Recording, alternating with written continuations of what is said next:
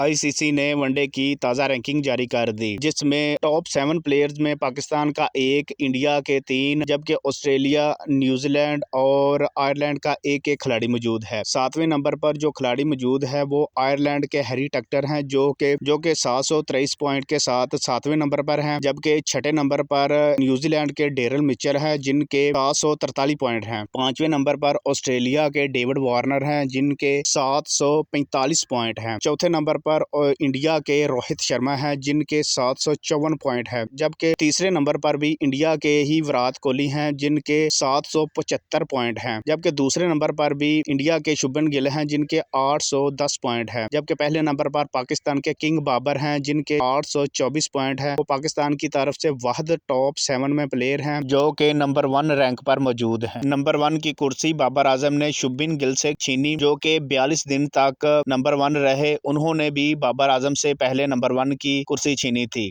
Channel को like और subscribe करना मत भूलें। अल्लाह हाफिज।